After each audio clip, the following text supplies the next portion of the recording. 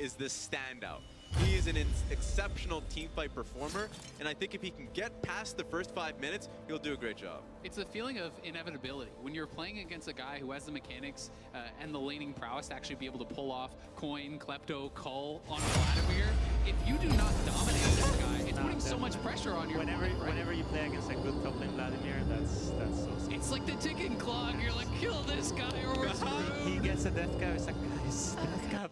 It's all over. It literally reminds me of Rift Rivals when TOP went up against him, set up the camp, literally didn't leave the lane. 15 minutes later, Vladimir in a team fight. It's like, what happened? I thought we put him out of the, like, it didn't make any sense. But that's what Nuguri can do. Exactly, that's what Nuguri can do. And I think when you talk about Damwon, you talk a lot about their solo laners. But I think there's an edge for Team Liquid in the bottom lane, the strongest part of their team in Doublelift and Core JJ, Mithy.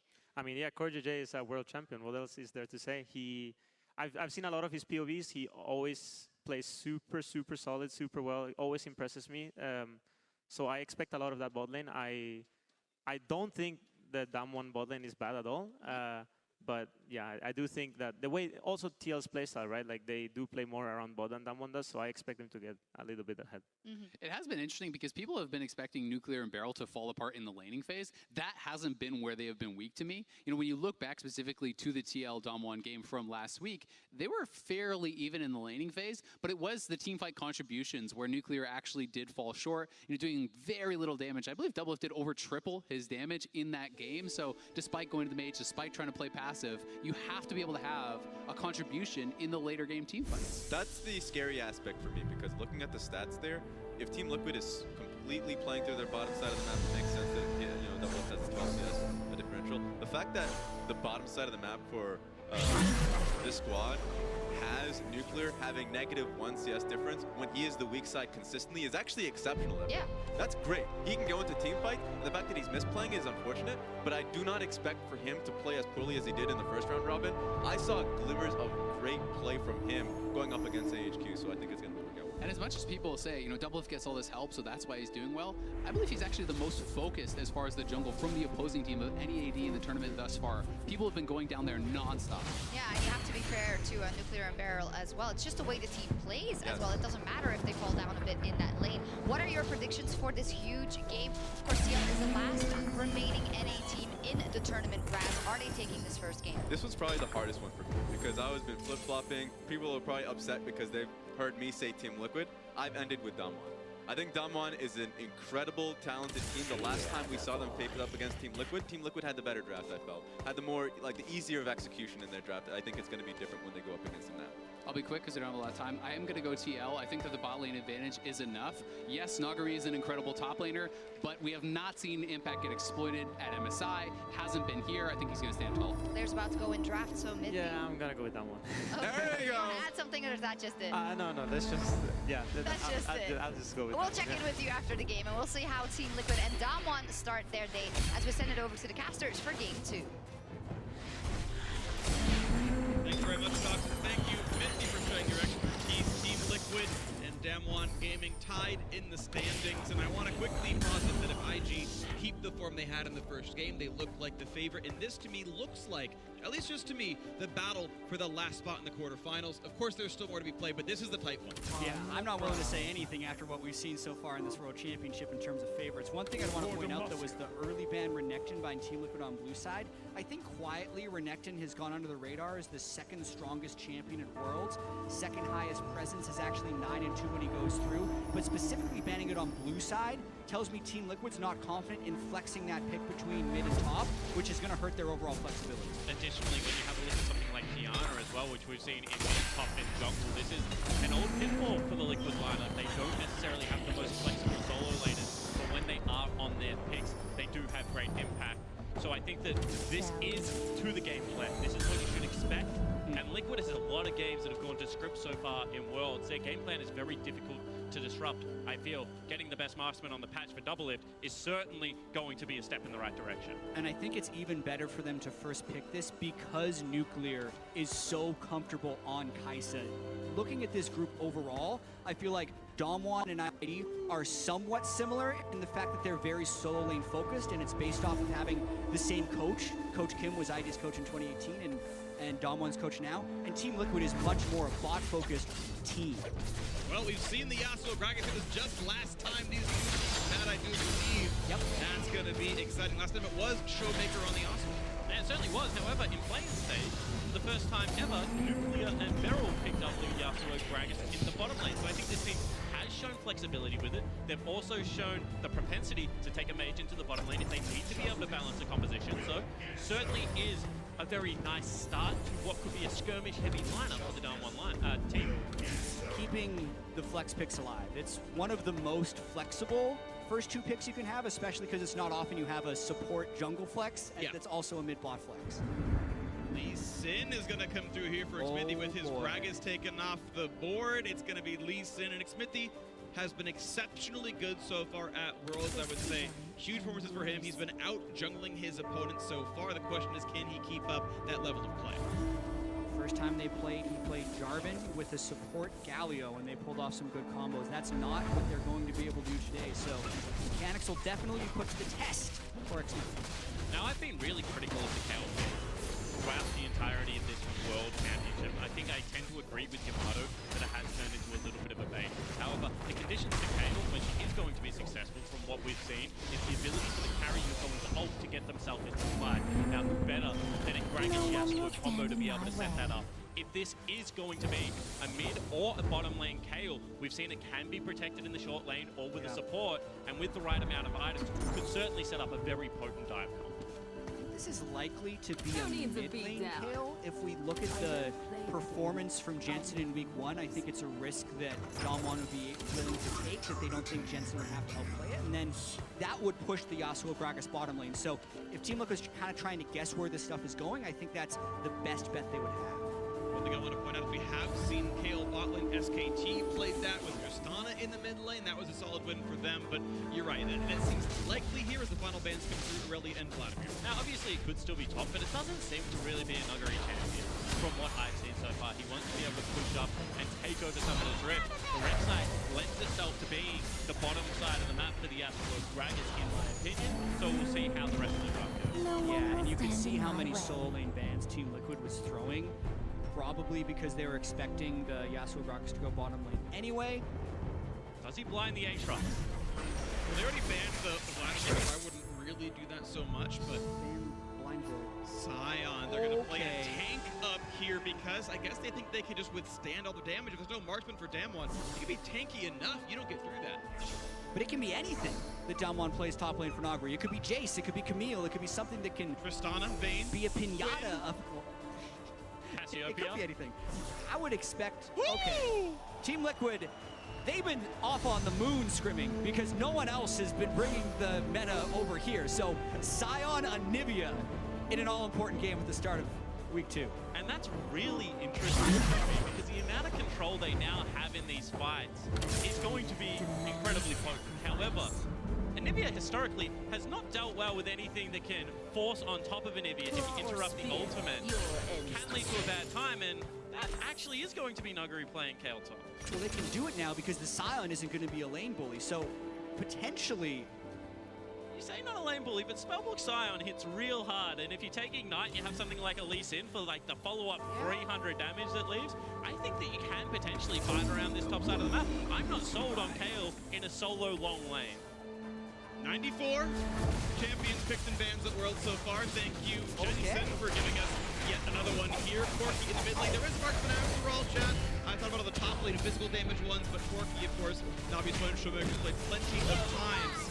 This is going to be a very exciting draft to see because Impact, part of the reason TO won last time was that Impact was so much better than Nuguri. Several solo kills. Sion, I feel like is less likely to be that. Yeah, one solo kill, but it was a very important one. Very important. Yeah, he'd burned his flash previously. I'm still kind of trying to make this draft in my head because also Corki mid has greatly fallen off, but Showmaker would be confident in this Corki versus Anivia matchup, and we're just going to have to see how the early game plays out and whether or not those solo laners end up being volatile. Exciting matchup here. Team Liquid and Damwon Gaming hoping to keep pace with Invictus Gaming to get out of the final group stage here at Worlds 2019.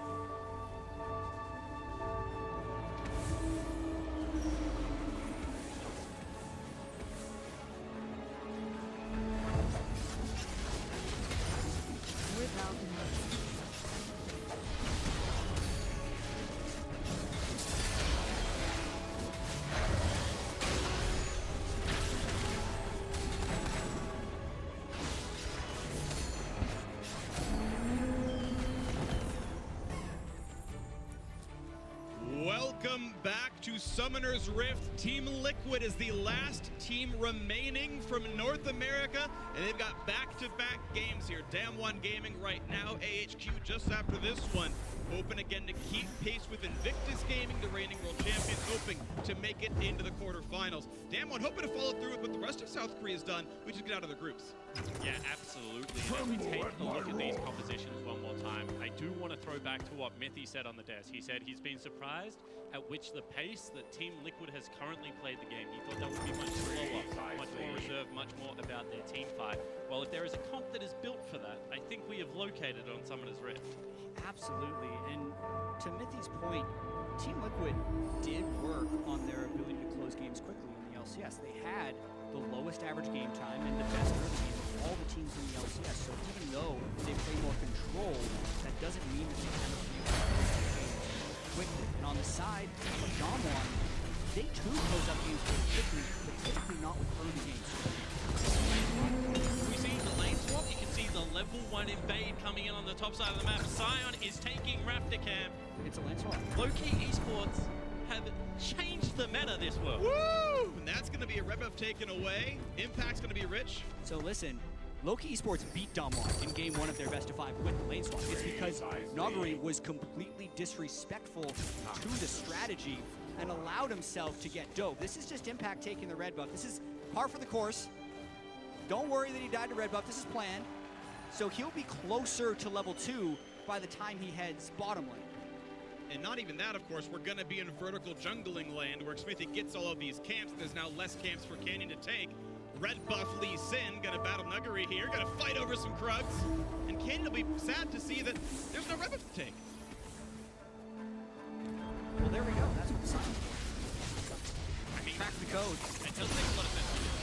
If he reads for this. If he knows where this is lane, but if he reads up the hook into a kill, this could be it. He's going to land the root, going to find a lot of damage. Now he should be able to lock away and stay alive, but that is 0 XP entirely for the Canyon. Yeah, and that's really nicely played again from Liquid, because they're not going to be able to answer a top lane wave here for Damwon. And you can see that Impact already, with that level 2 and red buff, is collecting farm and experience bottom side. The big question will be, though, is can Impact live through a turret dive? And actually, he can. They decided not to turret dive. Barrels ran top lane to help support this, so Nuclear's not even going to be able to get turret blades.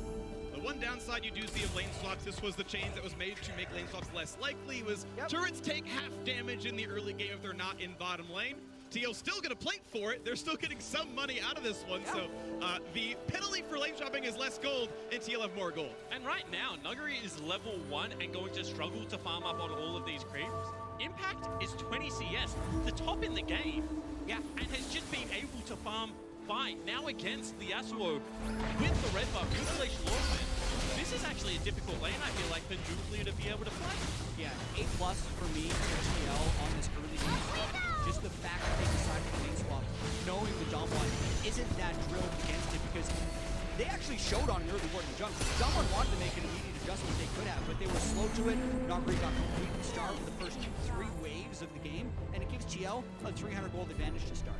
And not only does it change the matchups around, where you talk about Kale getting a safe farming lane against a Sion, but even the players are playing unusual roles. Nuclear is now essentially a top laner playing a one-on-one against Impact, who, by the way, has thousands more experience in a game like this, and you've got Nuguri on the other side playing a 2-on-2, which is not as likely for him either. And the last thing I do want to mention about it is the fact that it isolates the mid lane. Now, this is the area of the game where Inivia is so vulnerable. She is so slow. Her wave clear at this stage is also lacking. She really does struggle in the early stages, especially if you get jungle pressure towards that lane.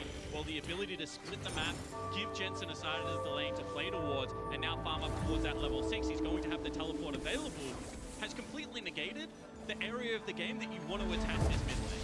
I don't think this is punish here. He is recalling onto a ward. Nuguri not looking like he's going to try to stop that one. So TL going to put himself back on his pickaxe. Yeah, now they're deciding to swap back, so if the Yasuo Gragas can reset in the bottom lane, it'll mostly be okay for them, and it would just be that 400 gold advantage for TL. Well, what I would love to see them finish is what's not going to happen is Impact sticking around for potentially a Dragon, because it is a level 3 Kayle that would not be able to get up there. And Ocean Drake would be the icing of the cake for this very potent early game. We'll see with the recall that's coming out of Nuclear whether they can still force around the objective. It looks like Damwon has scouted it, and Beryl wants to be able to get some control. Word comes down, both teams sitting around right there, and Trevor Sense even spotting a lot of this one. As Team Liquid make their way over, you can see Doublelift already pushing in the bottom wave, and Beryl the only one here to absorb any that far, and they're still going to go for the Ocean Drake. So Team Liquid so far in these first 6 minutes are staying a step ahead. We'll see if they contest this. Jensen needs to push the wave out in the mid lane. They might decide to fight this, even though Kale's only level 4.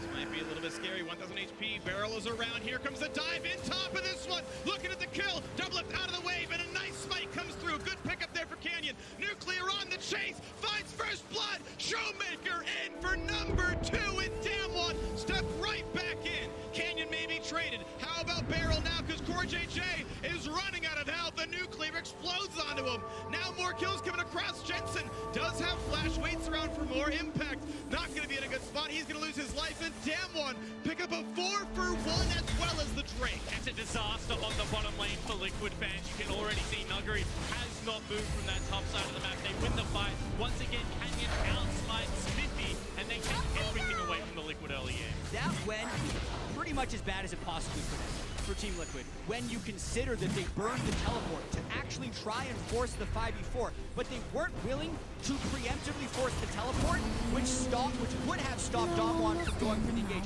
Well played by Damwon to go in for the fight. Actually, it looked like the Q from the Lee Sin got absorbed by Canyon, so Xmithy couldn't even get the execute on the Ocean Drake. And then even right here at the end, look at this ultimate from Jensen being placed not really where it can get onto Nuclear. Nuclear goes right past it and just destroys the rest of TL. And that is so well played from Damwon. The ability to coordinate over the back of the pick up the necessary kills before they then re-engage as a group. And there were 2 smite fights the first time around these teams played. One over a Dragon, one over a Rift Herald. Canyon won them both, and he's already won the first smite fight of this game. And that's a big game changer when you consistently lose out on it. Goals in this area for the Ocean Drake to do better, but Damwon giving his hand right now after some early plays that a Team Liquid top plate goes down. But it does go to Impact. Still has to go for himself with a 0-2 Scion. Not going to look great. And beyond the kills and the Drake, the Kayle is the big beneficiary of that fight. Nagri would not have had a way to get gold if Impact didn't leave that lane until he hit level 6. He got about a level and a half in that lane, also able to get enough gold and a safe recall off, so now he's sustaining in Kleptomancy and level 6, so the Kayle is completely fine. Going up nicely, 53 CS right there. Meanwhile, look over to the mid lane as well. Showmaker, who got 2 of those kills, 83 CS, highest in the game. That man is rich right now. Now Corky last picked, saw the whole comp and said, all right, it's up to me now, and he's doing a great job at this one. Team Liquid now forced off their bottom turret, and more money goes to the pocket of Damwon. And Azael spoke about this briefly on the analyst desk. However, Doublelift is drawing so much attention in the bottom lane this tournament, and I feel like it's because of setups like this. Unless Impact has the ability to exert pressure, you know, something like Anivia not going to feed the lane really that we see out of Jensen, had a pretty bad tournament in general, then it's a very easy game plan. Get in the bottom lane, shut down the last remaining piece, and don't allow Liquid to play their style. And we've seen more ganks spawned from Canyon this tournament than you necessarily would have expected when you think about the players on the roster. Naguri and Showmaker are ranked 3 and 5 in the US solo queue, with Canyon being ranked 1. So when you think of that, oh, they're just this top side map, and they leave this weak side Nuclear Barrow, kind of the whole LCK summer split. But in fact, Naguri and Showmaker have been so solid that Canyon's just been patching up the bottom lane, and it's been working out great for them. Yeah, and that's the thing, right, is there's 2 ways to help out your solo laners. You either isolate the matchup and force pressure elsewhere, or you gank for them. And I feel like Damwon do a very good job of identifying when they need a gank and when they just need to allow Nuguri and Showmaker to absorb farm. Hale and Corky are not laning to gank, but they are farm heavy. Once they get to survive, they would be able to take over the game. So I really respect how Showmaker has played this early game. It's about isolating them. He's almost 1,000 gold. Anyone on Team Liquid. What an amazing performance so far for this Corky. Checks to see if there's a ward around. He goes right back in the mid lane, and he is so close to Trinity Force already. Don't get me wrong, this is a part of the lane that Jensen should actually be online now. He's got double mana items, he's got the Catalyst of the Ages, or Aeons, or whatever it's called now, to be able to start stacking up a little bit more health as well. So it will be hard to take him out.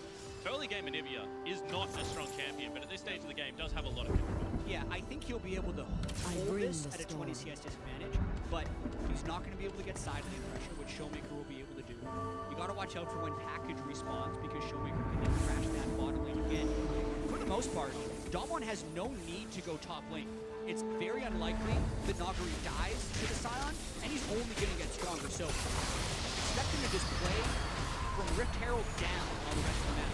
And normally when you speak about a team that has something like an Anivia inside, you'd be expecting great scaling advantages. However, because there is a KO, as well as that Yasuo Gragas bottom lane that has so much backline access, I feel like this is one of the few comps that can bypass the tank line and try and just blow double lift up. If they catch him in a combo, it is going to be very difficult to survive. Yeah, also got to correct myself. Damwon going for the lane swap with the 10-minute Rift Herald, that's actually becoming extremely standard championship, which is Dragon to move your AD carry and support up. So the fact that they were stronger and first to the play meant they could just get it. It would be a big play if TL can get a turn here. They're going to flash wave then, puts down the wind wall, but it doesn't stop this one. The knockup is there. They're going to find a lot of damage. He's still jumping away. Will finally get the shutdown. Credit goes to Xmithy. And that's the type of play that Team Liquid would have to do, but Damwon is probably fine with it. Nagari has actually been able to pick up numerous turret plates with early game Kayle, so the gold is going to stay pretty advantageous for Damwon. And they're going to win in multiple areas because they're going to grab 3 plates most likely in this mid lane, plates at the bottom, and a second of those Ocean Dragons. If you want to prolong the extended laning stage, getting the initial goal now is great. And the second Ocean also just going to leave you very topped up. And I cannot stress this enough. The range advantage that you're going to have on something like a Corki is very frustrating to play around as a short range comp. And then you add something like They're in the dive, not yet there, but now with 3 alive, maybe Impact needs to be a bit worried. Does back up. Looks like the first turret may well go to Team Liquid's side and try to get the gold a little bit close. You can see the gold difference, 2,000 will shrink somewhat as this goes down. Equally shares the gold. Now it's only 1,500, but Damwon Gaming going to easily respond to the bottom lane. They'll claim the 5th plate on the bottom outer turret. The only thing they lose is the 150 gold for first turret itself. Yeah, so overall, that's decent for Team Liquid. I also don't feel like it's something that Damwon will be too broken up about, since they could get solo turret gold to Nagari's Kayle. But watching this one more time, it was a good setup. You're expecting a reset from TL, so that's why our Nuclear was going for that. He burns his wind wall very early, and it ends up being fairly ineffective, and then smartly double lift ults through. The one thing that I would have liked is if they could have been a little bit more deliberate about getting the gold onto double lift, especially since it was shut down tier gold, but the kill is a kill. Almost got cast by Barrow, would have stopped double mid ult as well. Might have actually saved the teammate. Couldn't find him though. Double held on to the killer instinct. But we keep watching this mid lane. It actually has shrunk a little bit. You mentioned it being a -18, but it's actually down to eval -10. So at least something going Jensen's way. Still though, make no mistake, very, very good game. 25 gold for Damwon getting it. And I feel like the fact that all of this early game is based around the coming down Nagari and I'm trying to disrupt an isolated top lane matchup is the biggest disaster. If you look at what the game plan was, it was a lane swap, injection of gold into Impact, and the ability to kind of shut down how Damwon like to play around their solo lane. But right now, Nagari is 30 CS up. He's found himself the completed item on the Kayle, and as you mentioned, he is getting share on all these plates that's falling down, if not isolated. So I feel like the split objectives right now is actually falling very heavily into Damwon's favor, and Liquid would be quite upset the fact that this game plan didn't work. I think it'll be interesting to track with how Doublelift can use this gold, because as we mentioned before, the range disadvantage Kai'Sa will be at against the Kayle and Corki is going to be difficult for him to find his windows. So yes, he's getting a lot of turret play gold, and oftentimes you can say it's a good play as the team that's behind you trade objectives. I think that's where TL, like, I can't really fault them for doing this. It's just Damwon also is okay doing this because of it. Yeah, I mean, once you've already watched the Dragon side, this is all you can do now, right? You don't want to go back into the standard lane. You have to keep trying to accelerate the pace of the game and feed gold. And, you know, you can see that Jensen is actually up in CS now, so he's doing a fantastic job of playing towards his strength in the composition. It's just that they would have loved to been able to go back time, had a second crack at the first Ocean. That is where the game plan started to go south, however. Now looking for some picks. This comp's still very good at being able to change terrain and split someone off from the rest of the pack.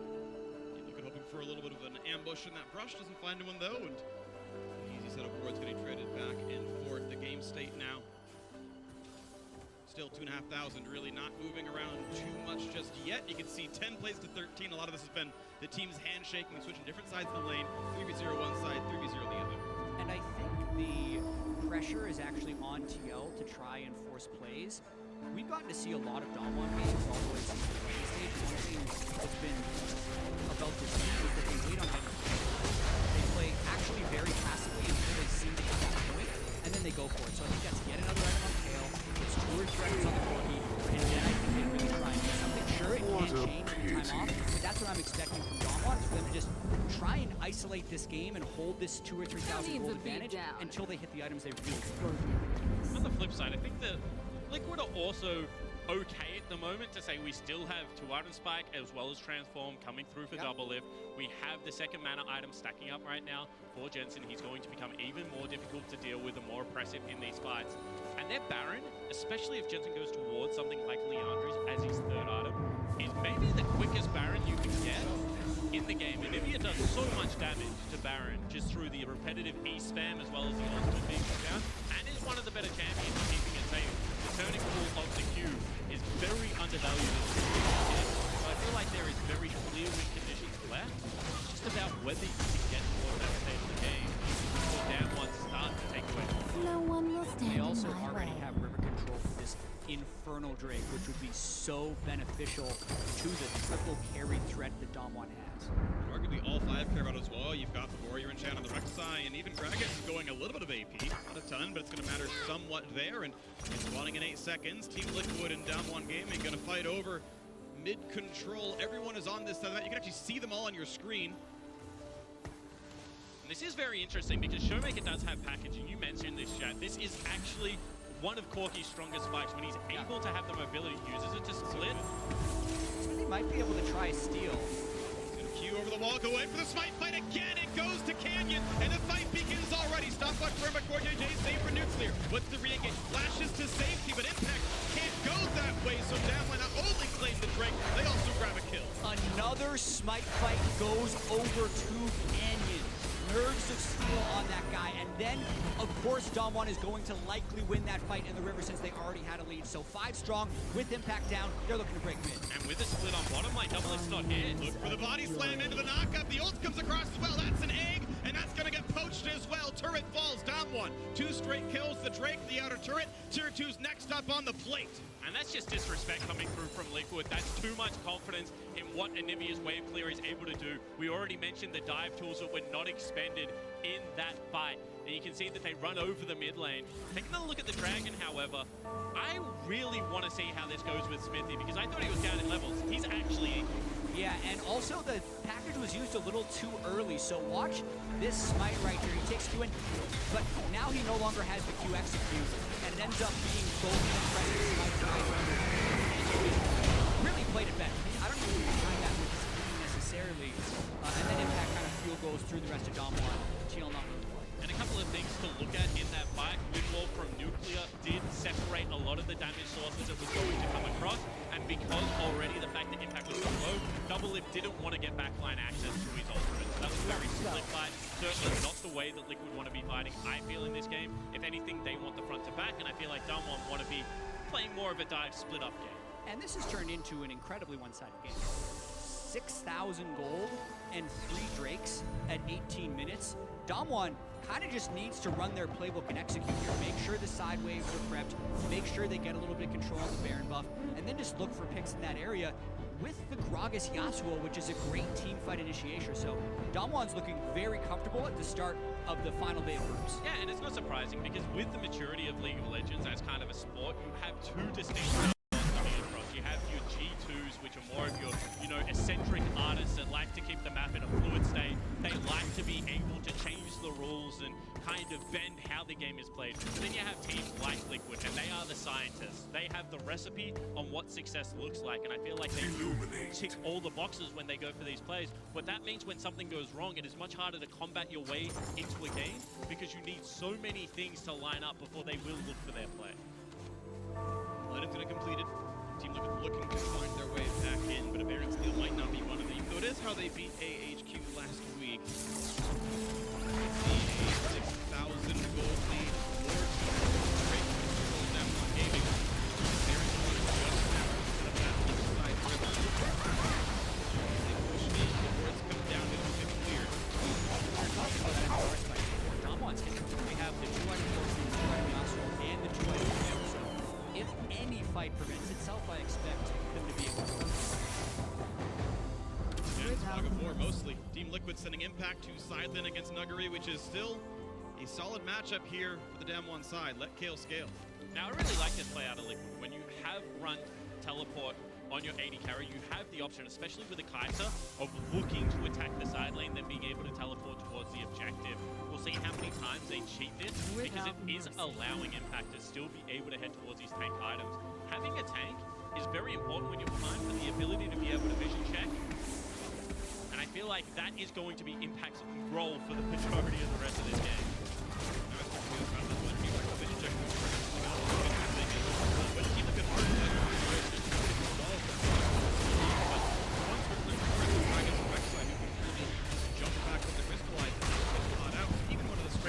Which is cutting up these jungle fights. They're not getting catches in the jungle vision fights. Just really see Team Liquid not many options for them to go off of. Even the Kai'Sa in the side lane, I think, is a risk for them because there's a chance Nagri at level 13 Kale and Gunblade active can just force a flash or ult of Kai'Sa away, right? He's an incredibly strong duelist. No one can really step up to him, so they're taking their vision checker and impact, running him back and forth in the mid lane, which means they can't actually get control of the Baron River again. And very importantly, I mean, even Doublelift at this stage of the game has fallen behind in CS. Sure, there's not as much available for him, and he's also still waiting on that transfuse of the Manamune. So not going to be at a stage of the game where he wants to spark fight. And if you miss a spike, it generally comes behind another item towards a 3-item spike 80 carry. At that point, they just do a lot of damage. It's largely irrelevant of what they're hitting. But I feel like this is going to have to be a mistake from Damwon or TL to be able to get their way back in the game. As I already mentioned, I don't think scaling is an advantage. I think ease of execution is also in Damwon's favor just because of superior range. So then you're coming down to very small windows that you can look to punish. And unfortunately, Damwon just is very patient in their setup and are taking those windows away from Liquid. Triple Ocean even benefits patience as well. I don't think it's the strongest Drake setup, but it does let Damwon shrug off pretty much any offensive deal puts in. If you win any fight at all, you are always healthy enough to Siege or Baron. You will get enough health back that you will not get one shot off some random poke. So it lets them stay on the map kind of forever, lets them really easily play these setups.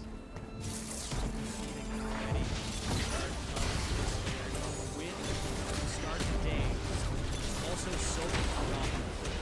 Teams fighting. TL, Damwon, I do touchdown age. TL plays after this one, so they will definitely have to do a mission reset if Damwon can close out this game as well.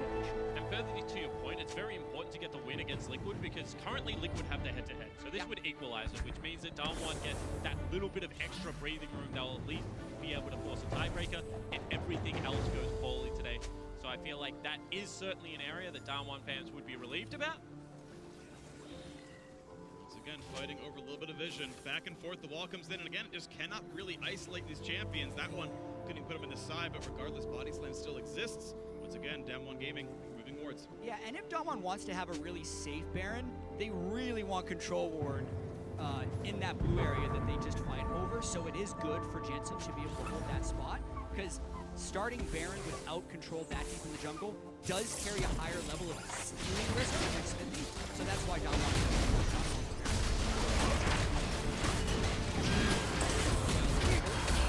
Kale, at 16, you get even more range. You go for 575. You start outranging all the other ranged champions in this game. And just sitting there in the side lane, catching farm, catching farm. Nuggery, highest damage share player in this group. And Kale can certainly be an amazing late game team fighter. And I would be very surprised if Damwon start and commit to the Barons once they see moves. And you can see as soon as Liquid enter Fog of War, they actually peel up. Because I honestly think the only way that Liquid come back into this game is through securing the Baron somehow. Yeah. And the easiest way to do that is maybe to steal it away. So they just can hold the pressure they currently have on the map. When you think about it, they're losing red buff every single time it spawns on the side of Liquid. They're losing maybe a Gromp or a Wolf Camp at the same time. Resources are being drained away. And you can see that bottom lane is crashing, and Impact has to be able to move up because he is the person they'll use to face check. This is just gold continuing to funnel in. They can also see the next Drake's Infernal. There's no reason to do anything too risky when they know that level 16 Kayle is coming and another Infernal is on the way.